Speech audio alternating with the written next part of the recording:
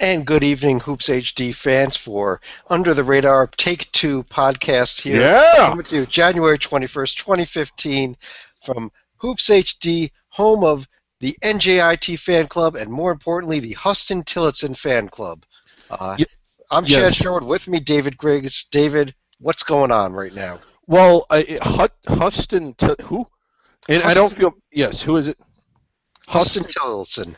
Yeah, Huston Tillotson. And I don't feel bad. I'm sure I'm butchering the name, but I don't feel bad because when we logged on to read about them, they haven't updated their schedule since December.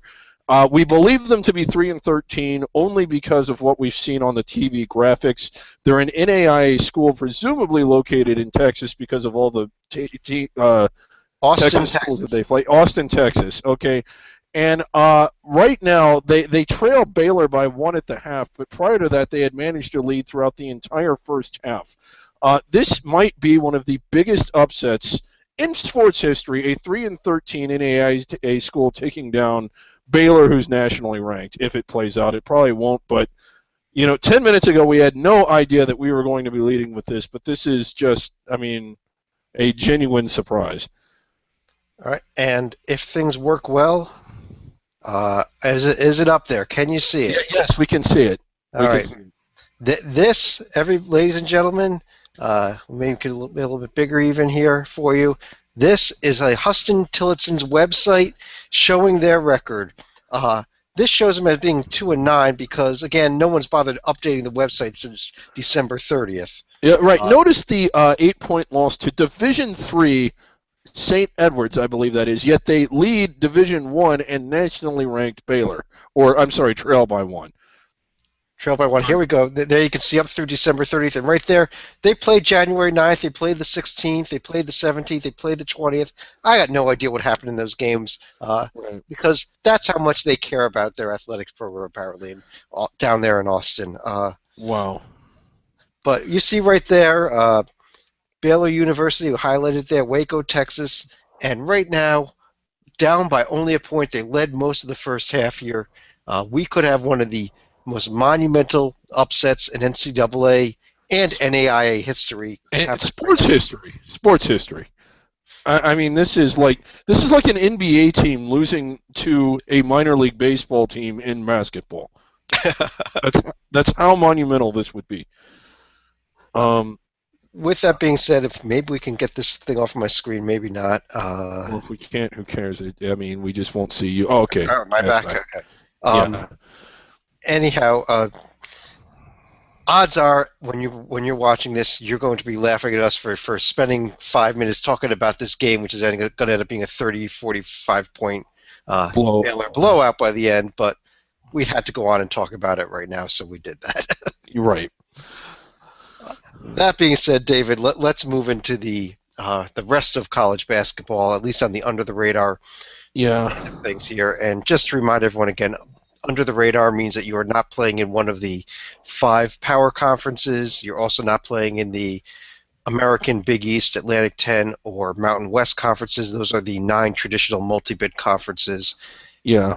It also means that you are not ranked in the top 25, which means Gonzaga, Northern Iowa, and Wichita State. If you want to hear about any of those teams, go back to our bracket racket we did last Sunday night. We talked all about them. Okay. Or tune into the bracket rundown tomorrow. And I guess are we on to news and notes here? Let's start with news and notes. Go ahead. What do you got? Okay. First of all, this is Southern Miss due to Ronnie Tyndale, who is now currently the head coach at Tennessee. Donnie Tyndale. Yeah. Thank you. Again, under the radar. Because of things that happened the previous 2 years under his watch, self-imposing a postseason ban. They will not play in the conference tournament and won't play in the preseason NIT or NCAA tournament. They are 0-5 in the league. They're nowhere near the bubble of any tournament. So part of this is part of this, Chad. We suck anyway, so we might as well take the hit now before we go. I disagree. I think they were very near the bubble of the Conference USA this year has modified the tournament format. Only the top 12 teams of 14 get in. They were Yeah, right there in that bubble for that 12th and final spot. right. So, yeah, but this is good news for North Texas and Florida Atlantic, both sitting there at 1-4. Marshall sitting at 0-5 in conference. Two of those three teams will now be in the conference tournament. Southern Miss is definitely out. Not that Right. it's really going to matter for any of them in the long run. Yeah, so again, not that it would have mattered for Southern Miss anyway. Like I said on the message board, I think this is kind of like me saying I am banned from playing the lottery this week. So, I mean, But they weren't going anywhere anyway.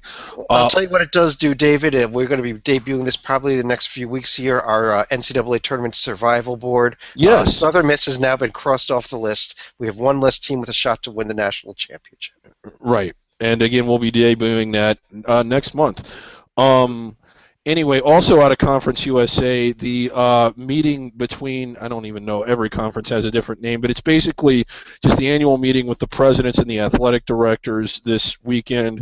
We're pretty much all anticipating that UAB will be removed from the conference either at the end of this athletic year, most probable, or potentially the end of the 15-16 year, but most likely at the end of this year.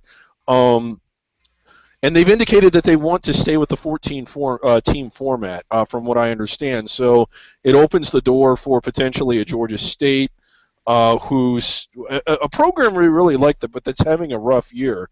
I don't know. So two questions, Chad. Where does UAB land, and who replaces them? Again, they would need football interests to replace UAB. Well, you're definitely looking at a football team. I mean, I guess there's a chance that somebody that's currently in 1AA will consider moving up. Just like Charlotte is in the process of doing. Charlotte actually becomes a 1A football member for next year. They have Yeah, not been this year. they're in the But conference, though. Charlotte is. they are in the conference, but they were not actually playing football in the conference this past season. They will be Right. next season. The most likely move, though, is somebody out of the Sun Belt moving over, like you said. Could it be I would love to see them go with South Alabama just to kind of stick it to the UAB and the Alabama Crimson Tide as well for this whole fiasco here with UAB losing football and put another Alabama team in to replace them. But Yeah. it could be anybody from that group. I think the one you mentioned, Georgia State, is a strong possibility. South Alabama, like we just mentioned. Maybe did they go? I don't know if they would go with one of the Louisiana schools, Lafayette or Monroe. I don't know if those two schools really want to split up or not, because they're Yeah. only looking for one. And one of the things about that is I don't know what their relationship is with Louisiana Tech. I don't know if they would fight to get what would be a regional rival in. And the reason I question that is because they don't regularly play either of those schools, at least not in football. Um, so again, do they fight for them? And even if they do, does the rest of the conference bite? I'm thinking Georgia State for several reasons. I realize that football is fairly new there, but it does kind of have a pulse. They're moving to Turner Field, which is a nice outdoor facility. Um, and the basketball minus this year has been really impressive and really competitive as well. They don't own Atlanta. I'm not going to say they're the hottest ticket in Atlanta, but there definitely is a growing, vibrant fan base behind the football program and especially the basketball program there. I would say because of Georgia Tech, and I'm not going to say they're a bigger program than Georgia Tech, they're not, but the thing about Georgia Tech, despite it being a public school, most people in Atlanta don't have direct ties with it. A lot of their students are international or from out of state, whereas Georgia State, it's very commuter. So I think the city almost has a stronger tie to that, even though it's the smaller program. And I think they would be great for Conference USA. And it makes some real nice geographic sense, especially now that Conference USA expanded down out into Florida and to kind of put Yeah. Georgia State in there as a bridge across to the Tennessee schools, and then eventually, well, you got UTEP in there for some reason. Still, I don't quite understand, but Right. other than that, yeah. But But as far as UAB goes, we've heard talks of the Atlantic 10. I don't think that that's a real possibility. You mentioned something about the Missouri Valley. Do you foresee this being a problem? UAB currently stinks at basketball. I don't know if they currently stink as bad. I mean, they're off to a 4-1 conference start so far this year, but yeah, I mean, the Missouri Valley. it does want to stay with an even number. So if they added UAB, they would make another move and grab somebody else as well. I think that geographically a great choice for the Missouri Valley would be Valparaiso, but I don't know that that doesn't really give them much in terms of expanding their markets. That's right in the heart of their current market. So, right. But I mean, UAB obviously would be a market expansion, but other than that, if the Missouri Valley is going to add a 12th team, North Dakota State plays in the Missouri Valley in football already. Yeah. Would definitely be a expansion market-wise. Although, heck of a conference there if we have North Dakota and Alabama in the same conference. But yes, that would be.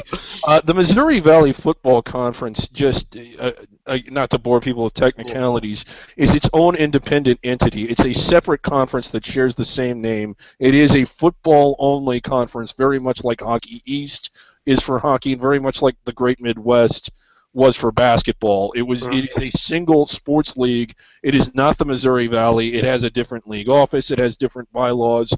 It has similar but not identical membership. Now, that being said, the membership is similar. I think there would be a lot of support for what is a very good North Dakota State program, both in football and basketball.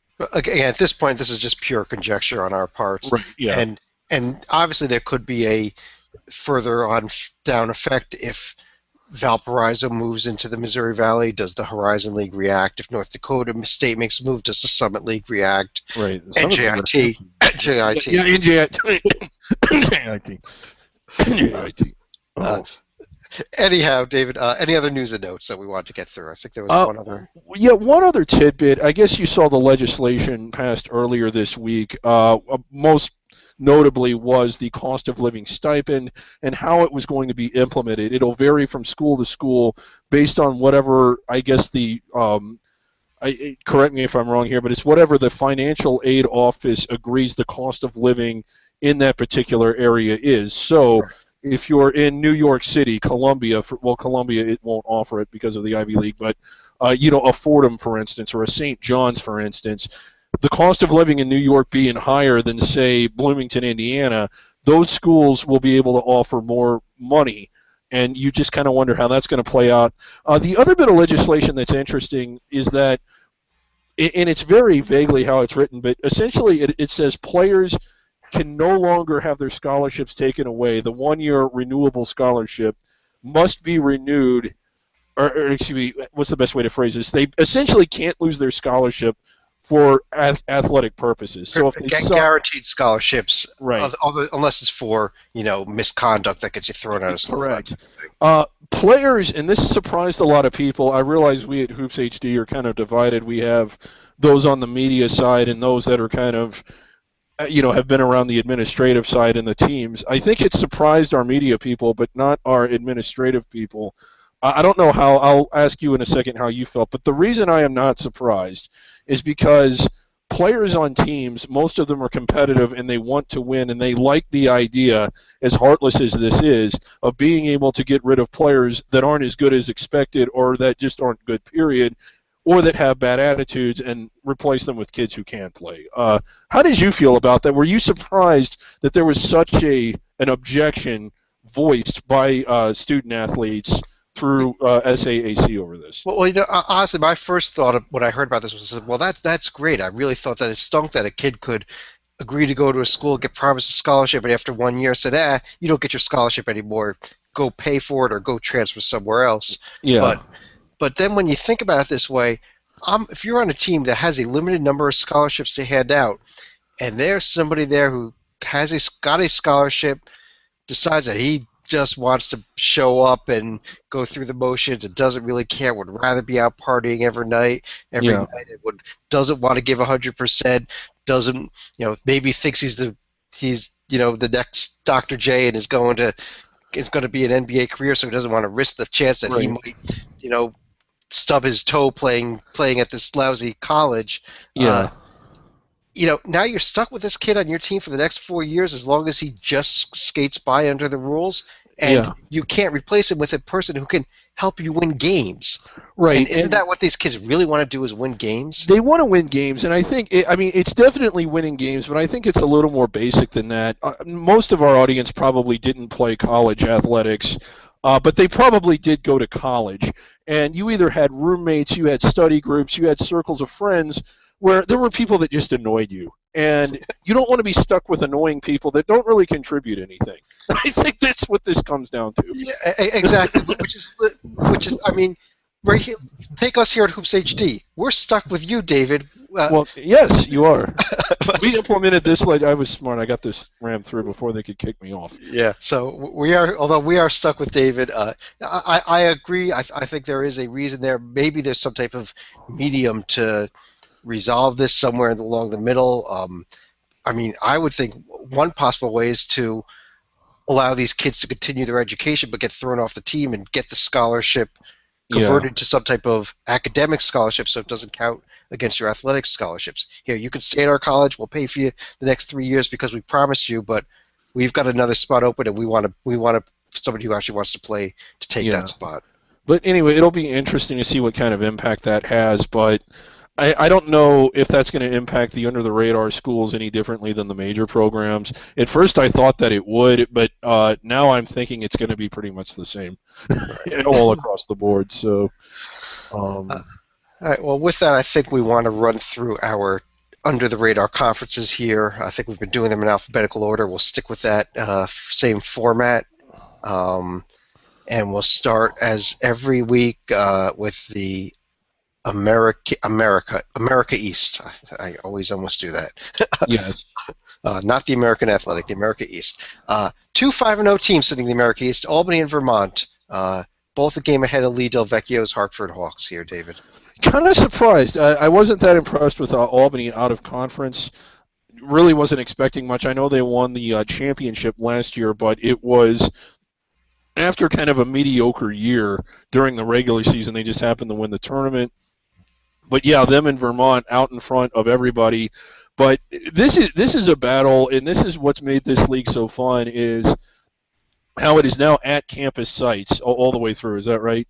It is at campus sites all the way through for the conference tournament. Yes. Last year, very controversial when Albany, who I believe finished second or third in the regular season, hosted the first two rounds and knocked off the top two seeds in doing so by getting to play home games. They will now have to go on the road unless they finish in first. And I think we got a great 14 battles coming up here. We really do, and it makes the regular season feel. I mean, it adds more stakes to it, which I like, because these Albany, Vermont, Hartford, every time they're taking the court, the conference standings. Stony Brook too. Stony Brook as well. The conference standings mean something. Mm-hmm. So again, Hartford's at Connecticut. Stony Brook, Albany, both SUNY schools. We're going to get to a very amusing story. It was SUNY school later on, but I like it. Now the bottom of this league, it's not quite Centenary Award, but it would be if Florida A&M did not exist. Maryland, Baltimore County is a 2-16. Binghamton is a 2-19, and they're both way better than Maine. 0-5, 1-17. Just suffered a loss to our adopted team, NJIT, on Monday. And this Maine team would definitely be in contention for one of the worst teams in D1, if not for FAMU. FAMU, yes. Okay. With that, let's move on to the Atlantic Sun. And every time we say we pick a team that we think is going to be the best team in this conference, it falls apart. It started with Gulf Coast. We loved them early in the season. Yes. They're now 12-7. Then heading into conference season was South Carolina Upstate. They were playing really good. They really were. And now 1-2 so far in conference play. This conference, we had so much fun with it the last 2 years, with Mercer, Upstate, East Tennessee, who wasn't at the top but could beat you at home, and of course Gulf Coast. This year, this conference has one team that's above 500. Everybody else is below 500. Can we just call it the right to play in Dayton? I mean, can we crown it this league? I mean, in part of it is this was a fun league all the way up through the last year. Now I just kind of hate to see it obviously decline. It might be UAB's next home, by the way, but I mean, what a weak league this year. It really is. I do. I've been kind of keeping an eye on this North Florida team. We've spoken about them a few times. They are 3-0 in conference now. They did beat Gulf Coast already. They had that win at Purdue earlier this year. If Gulf Coast and Upstate both cannot turn things around, that's my pick at the moment. Yeah, it is. And here's the other thing about this league. Like the America East, it's campus sites. So as good as Gulf Coast appears to be, they're behind in the standings. They need to pick up the pace if they want home court advantage throughout the conference tournament. Correct. Yeah, and I mean there is still plenty of time. We're only 3 games into the conference season. Right, so there is plenty of time. I mean, we are still early. Right. Sitting right now in first place in the Big Sky Conference, David, half a game up, is not Eastern Washington. Well, which means we can't project Eastern Washington in. Yeah, we still project Eastern Washington in. Eastern Washington in a big game this past week, I believe it was our under-the-radar game of the day, went to Sacramento State, what we project as being their toughest road test of the season. They actually lost by 13 points, kind of got blown out there. I don't know that they're going to lose anymore, though. I don't think they're going to lose anymore. I'm surprised they even lost that one. I mean, this is a league full of sub-150, sub-200 teams, and one pretty decent Eastern Washington team. I didn't think they'd lose to anybody. I was kind of a little surprised that they did. The other team that I'm kind of keeping an eye on all of a sudden, off to a 4-1 conference state, is this Montana team. We kind of wrote them off before the season started. Well, because they were terrible. Because they were terrible. It wasn't without merit that we wrote them off. They won 3 games during the regular non-conference portion of the schedule. They only won 2 D1 non-conference games. They haven't played many teams, and in fact, 3 of their 4 conference games have been at home. But they seem to always find a way to be a factor in this conference race. So I haven't quite written them off yet. Right. And, oh, God, the fact that they are a factor is just, oh, what a weak league. Moving on to the Big South, we had a big upset this week in the Big South play. Coastal Carolina lost at home by about 15 points to Gardner-Webb. Yeah, it was, and again, it was. I mean, I don't want to say that it was the biggest surprise of the year in college basketball, but it was surprising. This was a team that was rolling, appeared to be better than everyone else. This isn't a bad Gardner-Webb team, though. It really isn't, but it's not good to the point to where you would have expected them to pull off a win like that. I don't think. No, it was a surprise. Right now, Coastal and High Point are tied for first, although Coastal already has beaten High Point this year. I still think Coastal will run away with this. I'm going to write that off to that fluke loss. They lose another game like that. Again, just look at their schedule, what they've got coming up here. They've got a game at UNC Asheville, a home game to Presbyterian coming up this week. They lose one of those games, then I start to get worried about Coastal. Right. They bounce back tomorrow night against Asheville. I'm just going to write that off as, hey, every now and then something weird happens. Right. Climbing the RPI, climbing the standings as well. They're 7-11. Their winning percentage is about 38% right now. By the time it gets up to 65 or 70%, that IPR is going to be really healthy. But they're still not in first place, and of course I'm talking about Beach. Long Beach. I got them at 9-11. Okay, well 9-11 with their non-D1 wins. Right. Yeah. I think you're looking at D1 only schedule there, David. Yeah. Long Beach State up to a 3-1 in conference, 7-11 overall, 62 RPI, number 4 strength of schedule in the country. Right. Yet not in first place in the Big West. And little preview of tomorrow night's under the radar game of the day is going to come to us from a midnight game out in Hawaii with our first place team in the Big West, the UC Davis Aggies. Just a little piece of news here. UC Davis currently is sitting at 14-3. This ties them for the most D1 wins they've ever had since moving up to D1 10 years ago. They are going for the record tomorrow night. They really are having a big year for their program, and I do want to give them props. Now, I'm not going to say that I believe them to be the best team in this league or that they're going to be the team that ultimately wins the bid, but I do think that if they keep going like they're going, there is a postseason tournament in the cards, and that's for a program that has no history. I always like to see a program build its history right now. So good for them. I don't think they're going to win, but right now they're in first place, and every bracketologist besides us is projecting them in.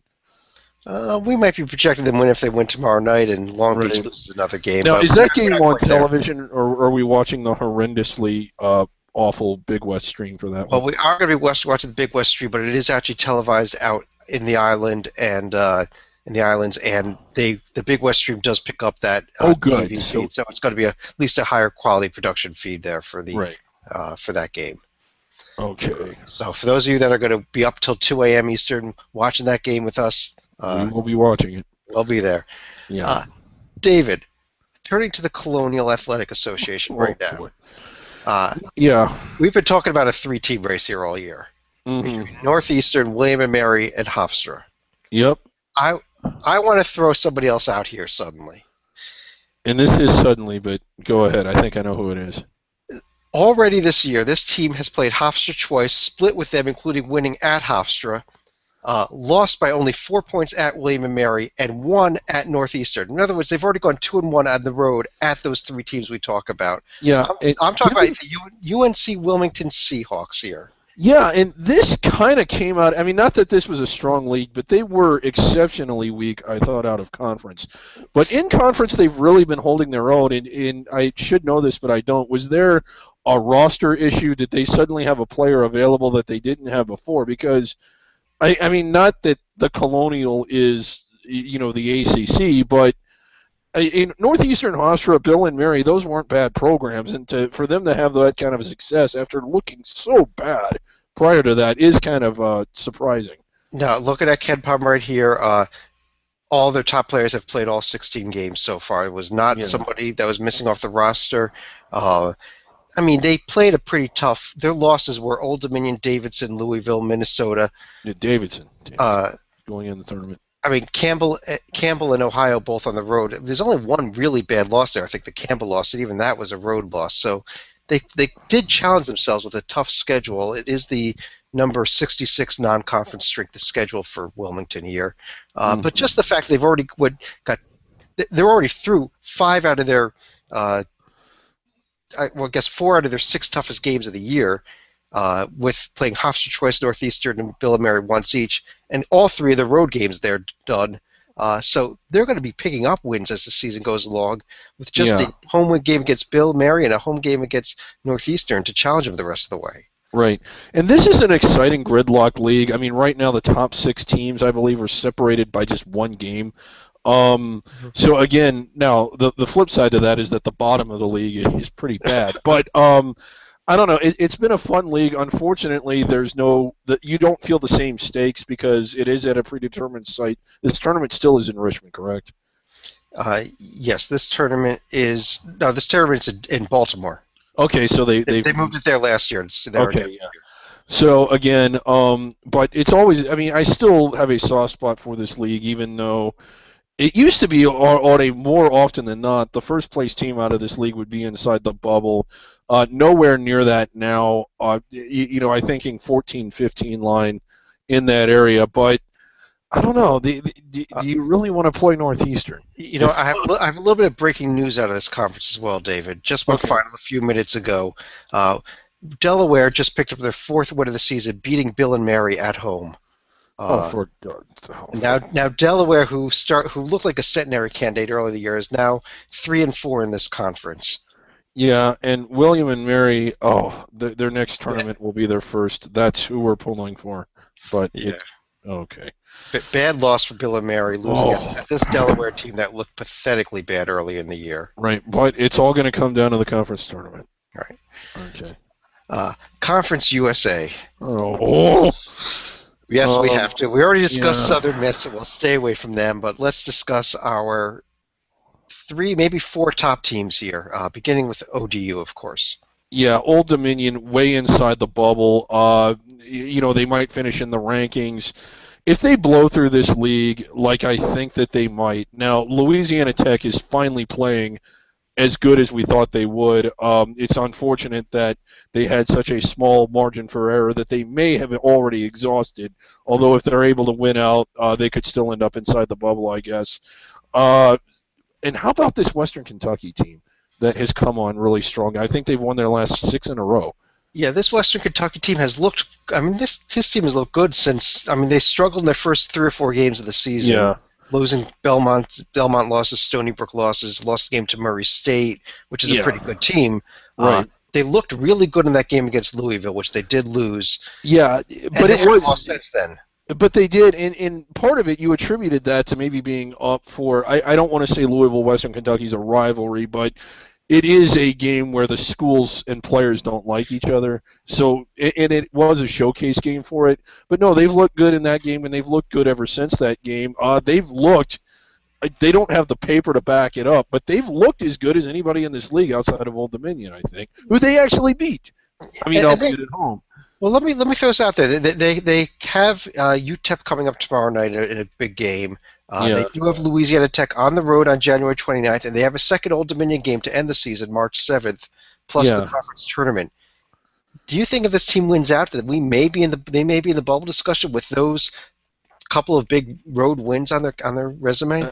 I think they would be, especially with how the committee has valued wins on the road the last 3 years, especially last year. I mean, I think the message was sent loud and clear with some of the selections and seedings that beating mediocre teams on the road is almost more valued than beating good teams at home if that said team is a strong home team. And Louisiana Tech certainly is. Old Dominion certainly is. If they get those wins, I think they're inside the bubble or at least right on it. Right. I mean, we're talking that they cannot slip up in against any of this dreck at the bottom of Conference USA. Right. And God, I mean, it looks like what an ugly league. The top half of it looks fairly respectable. The bottom half of it looks like the bottom half of the Southland. It's awful. Maybe SFA. I think they play football. Should join this league. Well, with that, I guess moving on to the Horizon League. In the head-to-head battle here right now, Valparaiso, Green Bay, we might think they're the best 2 teams, but there's a team that's 2-0 against the 2 of them. No, you're not buying the Oakland Grizzlies, huh? No. Okay. But that is pretty remarkable that they're 2-0 against the 2 of them, albeit at home. And the reason I'm not buying the Oakland Grizzlies is because of the other 14 or so games they played this because they suck. Yes. There is that. But again, this looks like a 2-horse race. I realize Cleveland State is also out to a strong start here, but Green Bay, I still think I think they're out of strikes. But if they win out, I think they're inside the bubble. I would agree with that. I still like this Green Bay team a lot. Yeah, the Cleveland State, bit of a fraudulent 5-1. Their one loss was to Valpo. They have not played Green Bay yet. They have not played Detroit, who's probably the 4th best team here yet either. So they kind of front-loaded their conference schedule with Milwaukee, Wright State, Youngstown State, Illinois, Chicago, the teams that they should be beating. Yeah, and Youngstown State in this league 0-7. It is not a fraudulent 0-7. It is a legit 0-7. In this league. All right. Over in the Ivy League, Harvard really sweated out Bryant the other night. It was a road game, but they had trouble. And again, the story with Harvard is they don't need to be inside the bubble so long as they finish first. So do you think I don't know. You're a big Ivy League guy, and I like it as well. But do you think that kind of impacts the psyche of these out-of-conference games because it isn't the same stakes as a lot of the other under-the-radar teams that are trying to build a strong case for themselves? I think it was. This was a bit of a trap game for Harvard, too. They were just coming off of the Boston College game, which is a big rivalry for them, which they lost at. Right. And it was their last non-conference game heading into a game against Dartmouth this weekend when they move, and the rest of the season will be in conference play. So now I tried to drum things up, made it the under-the-radar game of the day, thought that would get them going a little. Obviously, they weren't paying attention like they should have been. Right. So Harvard people, you got to be reading our website.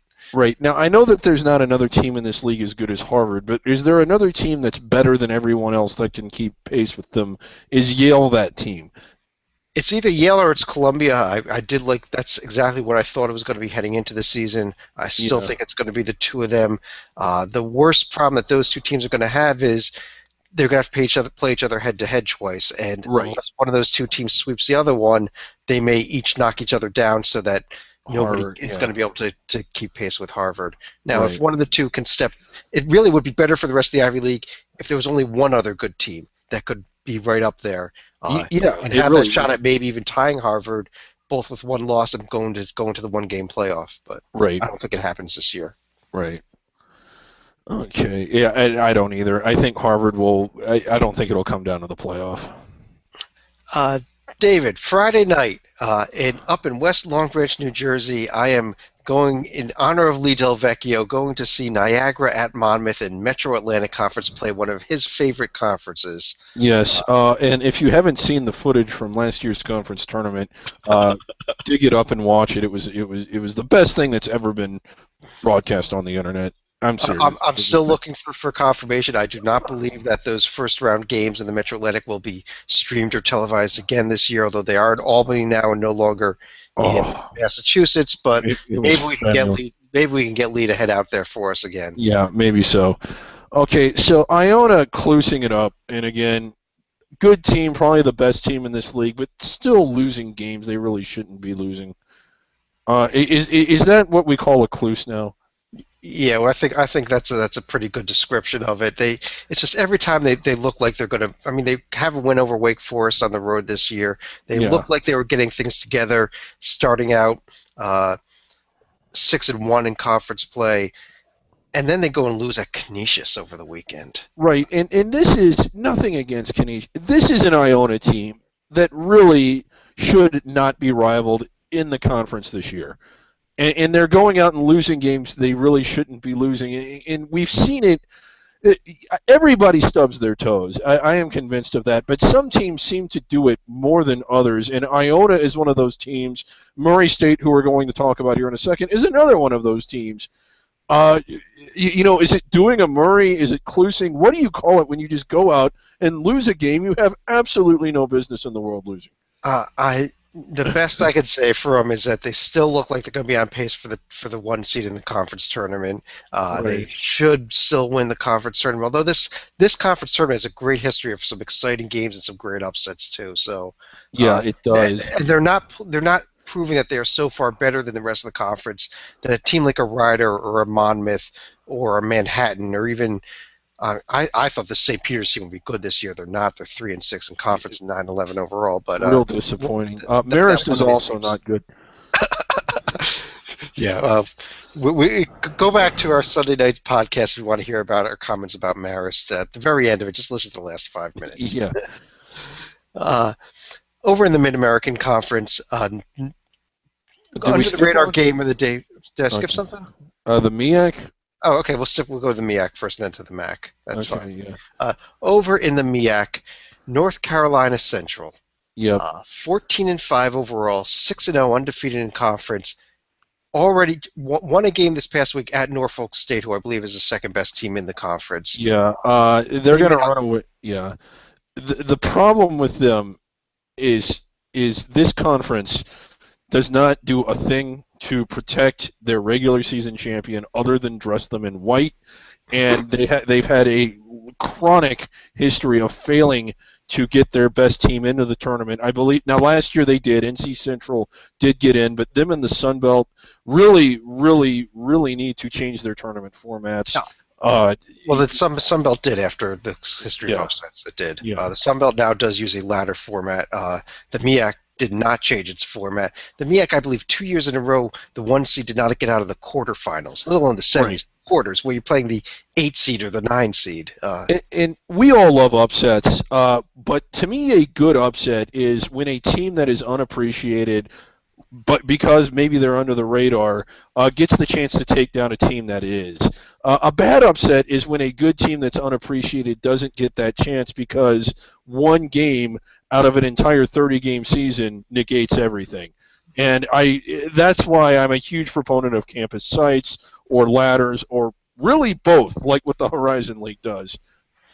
But it's their choice. It's their conference. Until they change it, it is in the league's best interest to get the best team into the tournament, and this is a league that chronically fails to do so. Oh, David, would you be a proponent of going to the Ivy League system then, and just giving No. it to the number one seed and not doing the playoff at all? I personally would not because I Okay. think it kind of waters down November and December.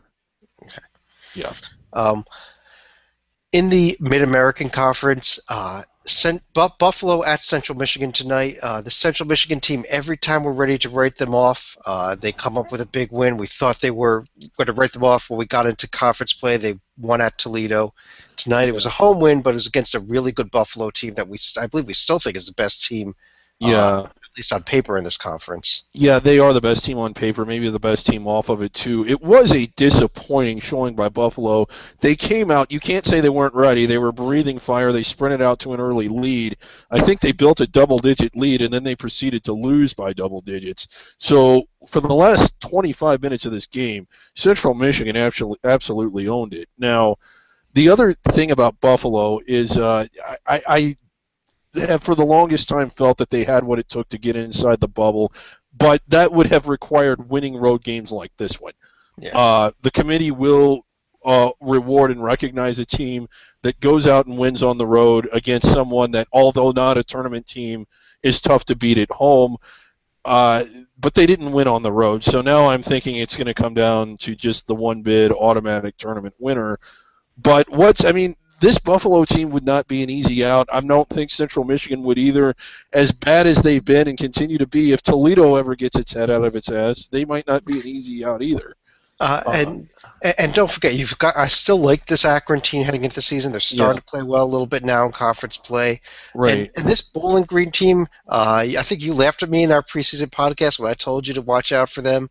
My people went away. My people went back and erased that. This Bowling Green team sitting there right now in first place with the Buffalo loss today. Right. And can Bowling Green, and I'm just looking at RPIs right now. I realize their schedule is weak, but I mean, can they get inside the bubble if they go on the road to Buffalo and Ohio and Akron and Kent and Central and win those games? Well, I think that it would literally require them to not lose again until the conference tournament championship game. I don't think Bowling Green is good enough to do that to begin with. And short of that, they're not even in the discussion because they don't have that big win. Their best non-conference win was a win at Detroit. That's not even, that's a sub-NIT win.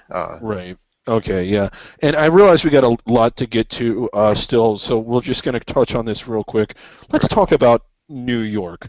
Oh boy. Buffalo, and you had turned me on to this, but the long and the short of it is they are attempting to market themselves as New York. It's called the New York Initiative is the program that they're running here. Read on their website.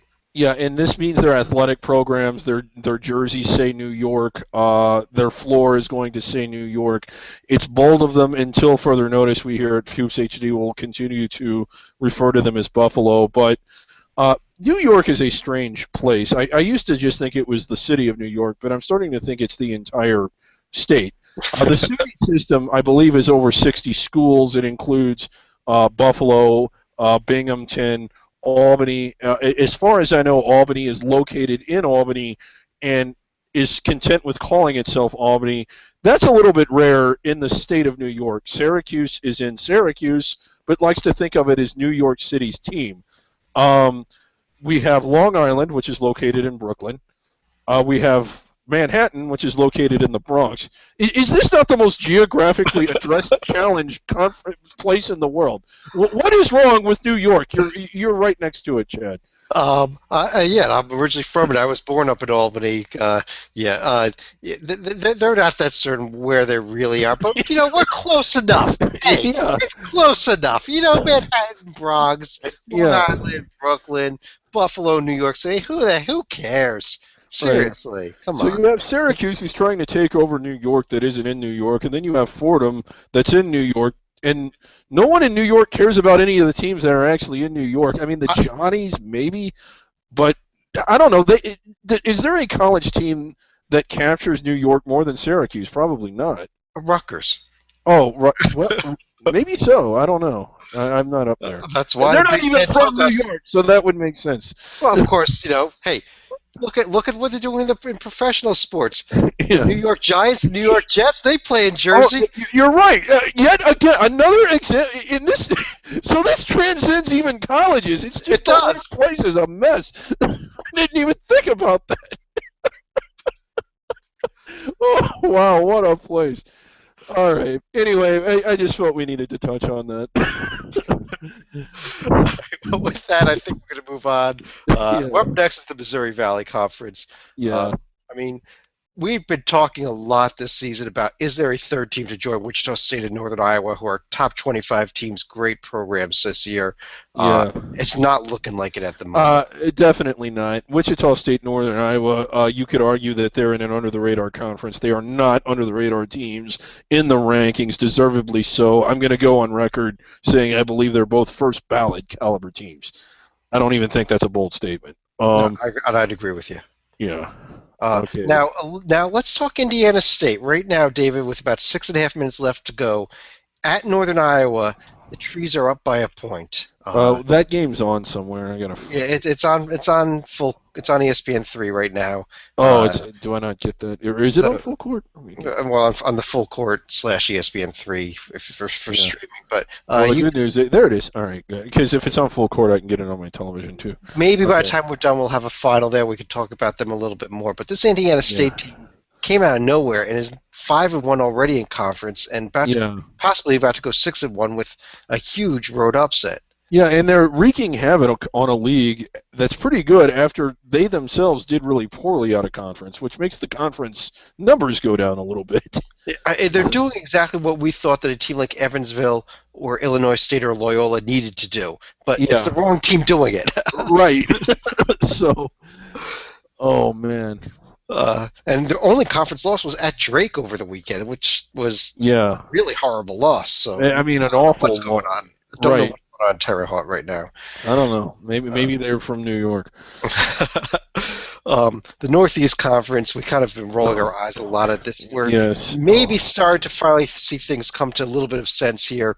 St. Francis of Brooklyn and Bryant, who we kind of thought going into the season might be two of the better teams, are both going to get 5-1 and in first place right now. Right, and again, really good rivalry in this league. I know we say that every week, but you have St. Francis College, and then the big rivalry with Long Island, and then Bryant coming out, but unfortunately, this is at best a 16 seed and at most likely a play-in game conference this year. Yes.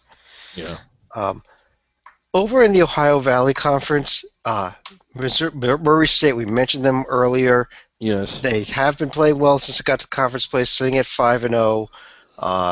Although if we were working as some bracketologists, we would not have them in our field right now. No, we would have Eastern Illinois in, who's 6-0. Is this a legitimate team here, Eastern Illinois? I mean, should we be talking about them? They're not as good as Murray. No one is. But again, like we said earlier, either Murray Cluses a lot and Iona Murray's a lot, or maybe Murray's a lot. They will, because they can't help themselves, and we've seen it this year. They will lose games they have no business losing. And, I mean, it'll hurt them. It'll hurt their seed line. It'll make their opening or their round of 64 game much harder to win if they get out of the conference tournament. I don't think anybody's good as Murray, but they might not. That doesn't mean Murray won't play down and lose a game and stub their toes. Well, coming up next Thursday. Tomorrow night. Murray is at Eastern Illinois, so we're gonna know tomorrow night exactly what's going on here. Right. That could be a contender for our under-the-radar game of the day, but I think we've already chosen to go a different direction with that. Oh, God, the upside-down Patriot League. Yeah, let's talk about it. We were talking about this before we went on the air, David. What about those Red Raiders? Well, oh, God. How is it that teams that looked promising out of conference look so bad in conference, and the inverse can be true here? Colgate, again, we were talking a little bit about them. Maybe they're better than advertised. There's certainly, I think they've looked better than anybody else, at least within the confines of conference play so far. Right, and this is a team that won 2 D1 games in non-conference play. Right. And has already picked up a win at Army tonight. They've beaten Holy Cross. They've beaten Well, Boston U, their only loss was at American. Yeah. In the end, I think American is going to be the team to beat here. I do as well. That's just my gut feeling on this conference. Right. And again, a gridlocked, and if you like excitement, 2 games separating, I believe, 9 teams here. And this is a 3 games separating 10 teams. Do it that way. Right. And I mean, this is a campus sites conference, so for the conference tournament. So, I mean, the regular season is hugely important. It's going to be fun. Now, in the process, I think they're beating themselves up, and they're going to end up on the 16 line, but it's going to be fun in the process. Over in the SoCon, last week we spent a lot of time talking up this Wofford team on Wednesday night. Yes. And they went out the very next night and lost to the Citadel. Which, oh boy, yeah. Well, they cloosed. What can you say? They cloosed. Yeah. They wafted, they cloosed. Yeah. Wow. One of the more surprising losses, it didn't get a whole lot of attention. This Citadel team, they've actually not been awful in conference play, but they're still not even a 300 team. This Wofford team is, I don't think they're inside the bubble. At least their paper isn't going to be there. Well, certainly not now. But they are the kind of team that could really squeeze someone in the round of 64 and maybe even advance. Really just a huge, what was the gap? Was it a 300 spot difference in the rankings? I mean, one of the biggest upsets of the year. Even after that game, Citadel's at 321 and Wofford's at 50 in the RPI. Yeah. That's after the upset. That's after the upset. I mean, I think it is the biggest upset of the year. It was. I was shocked. I really was. I did not watch the game. The reason I did not watch the game was because Wofford was playing the Citadel, and why would you watch that? But wow. Yeah, I still think Wofford wins this conference. I mean, Chattanooga, Mercer are both up there in the standings, but in the end, Wofford should still win it. They did bounce back from the Citadel game with a win over the weekend, if I'm correct. They beat Western Carolina at home. They don't really have too many tests at all coming up left in this conference. They already played Chattanooga. And won at Chattanooga. They do have home with I mean, they will face the Citadel again, but yeah. Oh wow! And they'll get 2 games with Mercer. Yeah. Right. Over in the Southland Conference, game coming up on Saturday. The game of the season in the Southland Conference. Really is. And it's going to be seen by nobody because it's simply not available on any TV or streaming or anything that I've been able to locate yet. Stephen F. Austin at Sam Houston State. And it's a shame that, I mean, it's really bad for the league that this game is not available. Well, SFA has made most of theirs available. This is a conference issue more than anything else, because it will be probably the best regular season game of the year. It's arguably the most important game prior to the championship game. It's the closest thing to a showcase they have, and it's not even available on the radio. They have a small package of games that I think are shown on, streamed by ESPN on ESPN3. Why this game was not in that package when it is the number 1 rivalry in the conference probably. I mean, unless you want to argue Incarnate Word versus Abilene Christian, I think it is. But right. That's yeah, and the fact that it was not picked up for anything, that I do not believe it's going to be available anywhere to watch. Sam Houston State might have something on their website. That'd be the only place to look for if you want to look for it. Right. We'll be looking for it. We'll be looking for it, but it should be a good one. And speaking of this SFA team, I don't think Sam Houston State is even close to the bubble, but no. If SFA gets this win and does keep winning, I think you and I think they could be in the bubble discussion here. I think they'll be in the discussion, but the problem is, how do you put them in? They haven't. I mean, they do have a nice win at Memphis. Memphis did not exactly look that impressive tonight. I think that might be. Again, I just don't think they've done enough. It's really unfortunate. I think SFA has the potential to be a really good team. They took Northern Iowa to overtime, albeit it was at home. Had they just gotten that win, I think it's an entirely different story. But they really don't have it. They really don't. And their conference does them no favors. Now, having said that, they did themselves no favors with their scheduling. Yeah. Yeah. What can you say? Yeah. A team that did do themselves some favors with their scheduler, David. How about Mike Davis? Yeah. Wow. One of the better stories in the SWAC. I mean, it's the best SWAC team that I can recall in recent memory. They had the big win at Michigan State. They took Auburn to the wall, and they had a big win against Kansas State, who I don't know if they'll land in the tournament, but they're showing signs of life over in Manhattan. And so far they're blowing through the SWAC play. Does this team land on the 15 line, which would be the first time I think in 17 years a SWAC team has done so? And in fact, we may do something. I did not have a chance to go back and do all the research. We may have something that has never happened before since they started seeding teams. We may have a SWAC and the MEAC champions both off of the 16 line this year. Yeah, and that would be wow. we would need Texas Southern and NC Central to both keep winning and both get their automatic bids. So there's a lot of ifs there, but if that did happen, it is possible. I do like this Texas Southern team, and I think there are at least 6 teams worse than them in Division One, despite the fact that they are still sitting there at only 8-10 overall right now. Right. It is. I'd argue it's the best 8-10 in the country. It could be. Long Beach might have something to say. Well, they're 9-11. Yeah, Long Beach is 9-11. So. Okay.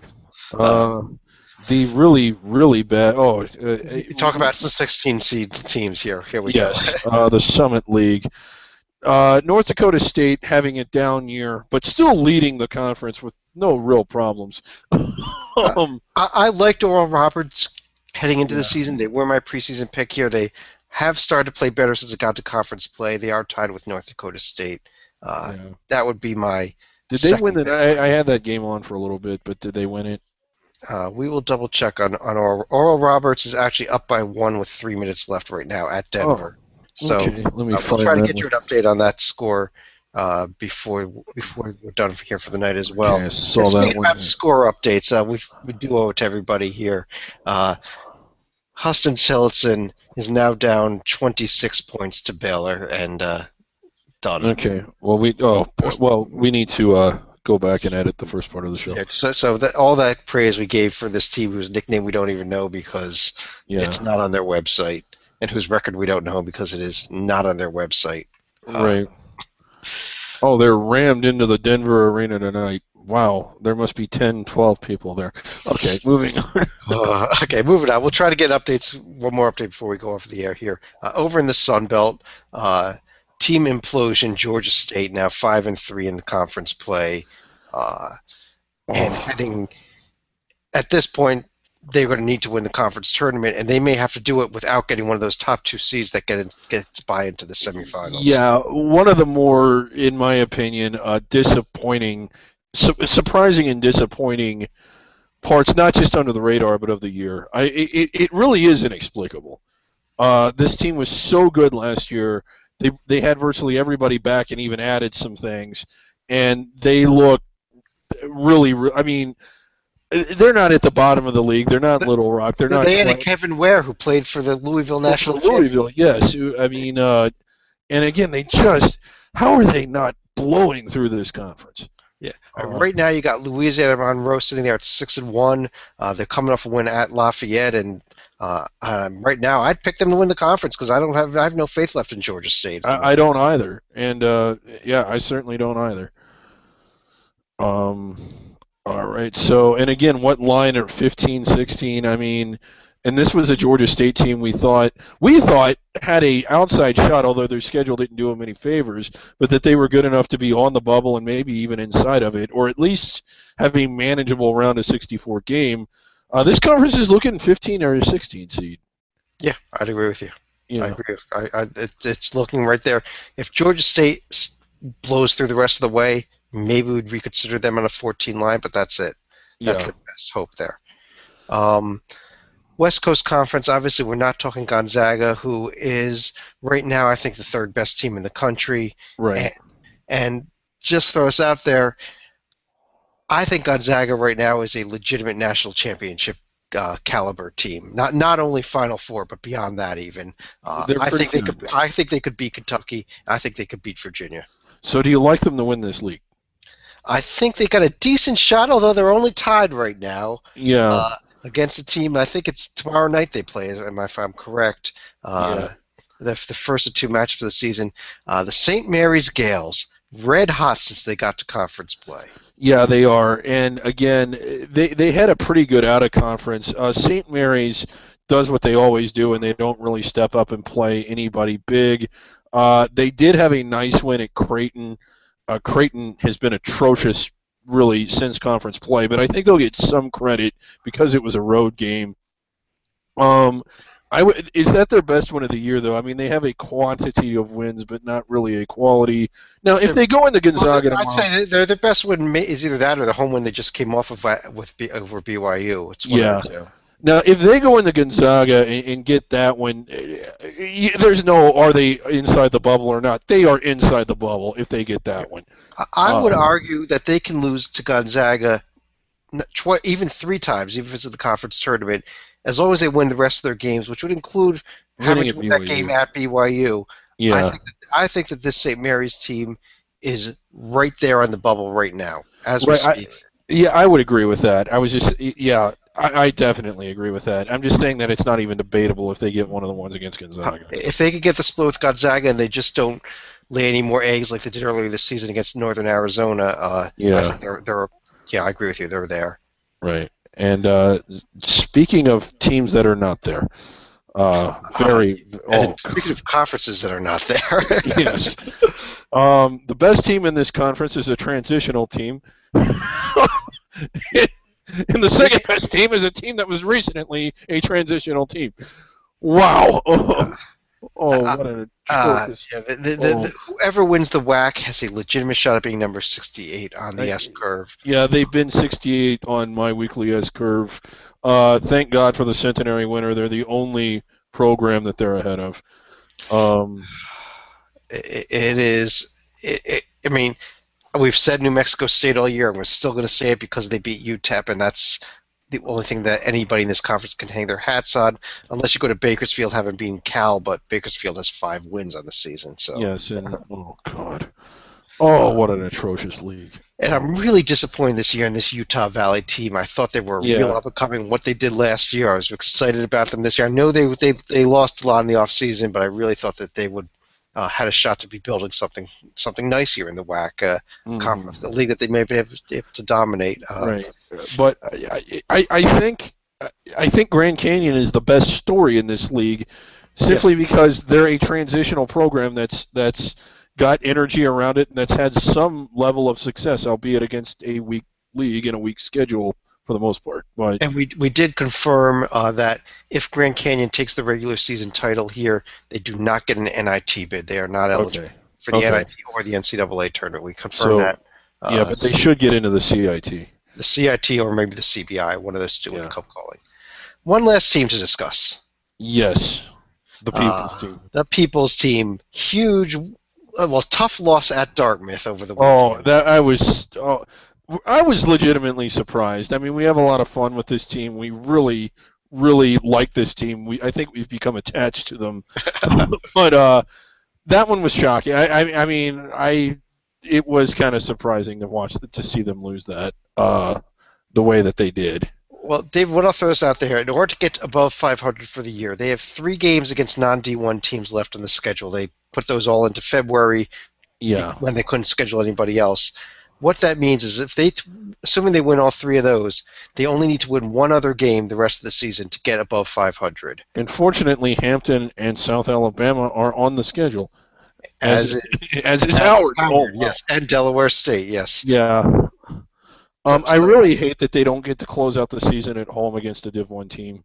But, again, now will the CIT count the non-Div 1 wins? I believe they will. What I'm going back to here is, and I think it was maybe 3-4 years ago, Bakersfield, as an independent, the last independent to ever play in postseason play before this season, Bakersfield got a bid into the CIT. They were 1 game above 500 and had either 2 or 3 non-D1 wins at the time. Good. So I believe that the CIT will count those non-D1 wins. If they don't, we're going to need a few more wins than just one more here. Right. And again, the goal is for our adopted team a postseason tournament. Exactly, and it's the CIT we're looking at. Right. CBI, probably not, because you have to pay to play in that tournament, and Right. they may not have the money there at NJIT. Right, yeah. Well, with that, we want to run through our top 10 lists and then do a quick preview of next week. Number one, I think you and I both agree, is still Old Dominion. Old Dominion. Two, I still have Green Bay up there, despite Cluse. They've had a Cluse a little bit at Oakland, but I still think they're number two. I would move Long Beach up to 3 after the Buffalo loss. Then I would have Harvard, then probably Buffalo, then Wofford at 6. I had I had St. Mary's College at 7, SMC, then Eastern Washington at 8. La Tech, they're starting to warm up to me a little bit at 9. And then it was kind of a toss-up. I liked both Murray State and Coastal, but went with Coastal at 10, despite the loss. Well, David, you and I are not even close in our top 10 list this week. Okay. I agree with you on Old Dominion number 1. I have St. Mary's up at number 2 right now. Really? You got them that high? This team is playing, especially with Green Bay having suffered the Oakland loss. Green Bay I have at 3.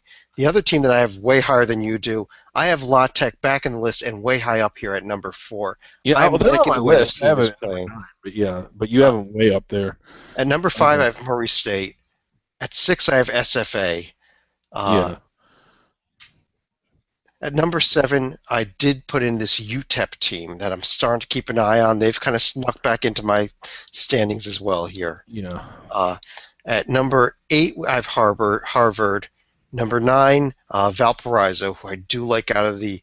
I do like this Valpo team. They were very close to my top 25, or top 10. Yeah. And number 10, David, I talked about it last week that I thought about it, and this week I did it. North Carolina Central. You actually did? No. I did it, and I'm going to stick with it. In fact, I'm going to say right now, if I'm building a field right now, NC Central is on the 14 line. Yes, a bit of news here. Denver has actually played not so far to the bottom and actually knocked off Oral Roberts. And it looks like Northern Iowa is going to hold on. They're up 6 with 40 seconds to go. Right. Well, thank you. But, yeah. Okay, so Oral Roberts is not on my top 10 list. They're going to fall even worse down. Right. But, yeah. But NC Central, I really think that this team may not lose again. 13 line is probably too far of a stretch, but I think this is a legitimate 14 seed here. Yeah. Oh, we've got WAC action, Seattle, Chicago State. Just a quick preview of some games coming up, and then we'll be done for the night here.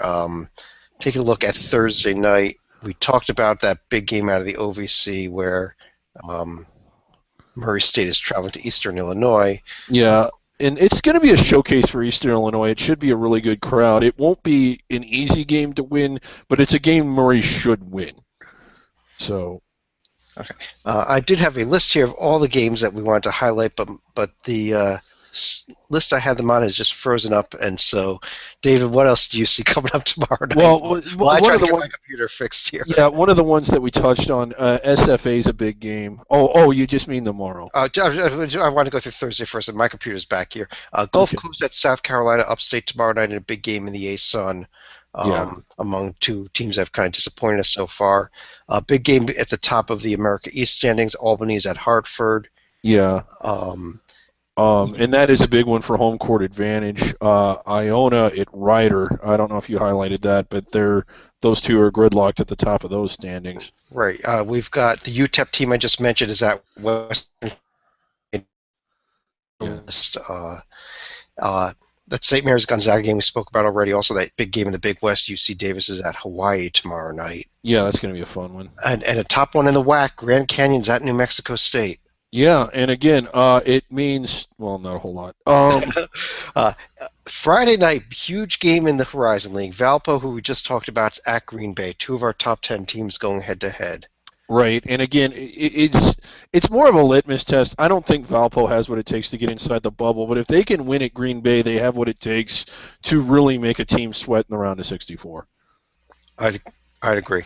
Yeah. Coming up on Saturday, we already mentioned the Stephen F. Austin Sam Houston game, a few others. Northeastern at State. Oh, wait. Sorry. Yeah, Northeastern at William and Mary is a game among the two teams we thought were the best teams in the Colonial, although that may not be true anymore. Two of the top teams in Northeast, Robert Morris is at St. Francis of Brooklyn. Yeah. And again, that's a home court advantage stakes game there. Bowling Green's at Toledo in the MAC, a pretty big game there. That's well, and again, most people don't realize. I don't want to call it a big rivalry, but there's some heat between those two. They don't like each other too much. And David, speaking about two teams that we thought were going to have a budding rivalry here, Saturday night, Utah Valley's at New Mexico State. Yeah. Just don't bother. But this was the fight game. Yeah, this was the fight game from last year. So watch it for any fights. Other than that, save your time. And at the time, it was a really exciting, well-played game prior to the fight. I missed the fight because we were waiting to go on to do our show, and as the game ended, I was closing everything down, to move everything around to get set up, and I come back and hear all about it from you, what I had missed, after watching every minute of the game. And well, anyway, that was last year. big, huge game on Sunday. Our team is in their toughest remaining road trip. NJIT is at South Alabama. Yeah. Oh my God! I wish I was. I need to see if I can get down there. Support Yeah. Coming up Monday night, not too much of note. Texas Southern's got a road trip to Mississippi Valley State. They should win that one. Army and American, and one among two of the teams we thought were better teams in the Patriot League. Oh God, Army, yeah. Tuesday night, Western Michigan at Buffalo, another game among top teams. Pretty much in this MAC, almost every game seems to be a game which we top. Yeah, and it keeps beating itself up. So. And Indiana State at Evansville. Now it looks like Indiana State is going to lose here tonight to Northern Iowa, but real valiant effort here by the Trees in a drastically improved team after a really unimpressive out of conference slate. I know we talked about that earlier, but absolutely. Wednesday night, Hofstra at William and Mary in the Colonial. Hartford at Stony Brook in the America East. A couple of games that I'm looking at there. Don't know what else I missed here. Yeah, I think we hit all the big ones. Albany and Vermont also coming up. Yeah, that is a big one. Yeah, a huge one. Home court advantage again. That's what happens when you change your format. The games mean that much more. Right. Yeah, and that's that could be a great game. That might be your under the radar game of the night right there. Albany and Vermont. Wish I could get up to that game. I'd love to go. I've never made a game in Vermont yet. I'd love to get up there. I think it's just a great atmosphere up there in Vermont. Oh, it is. Well, all those America East schools really are, especially now. Well, the ones at the top anyway. Well, I wouldn't quite say that for about Binghamton or. Well, it was when they were good, but they haven't been good. When they were cheating, you mean? Yes, when they were cheating.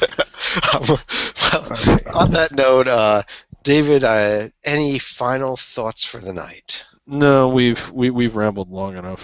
People are changing the station. Well, I would just want to remind everybody to tune in tomorrow night for our bracket rundown show. We're going to have a very special feature at the beginning of the bracket rundown show. Yeah, oh yes, we are. So especially ACC fans, do not miss the first minute of the show. Do not miss it. All right. With that, we'll see you tomorrow night.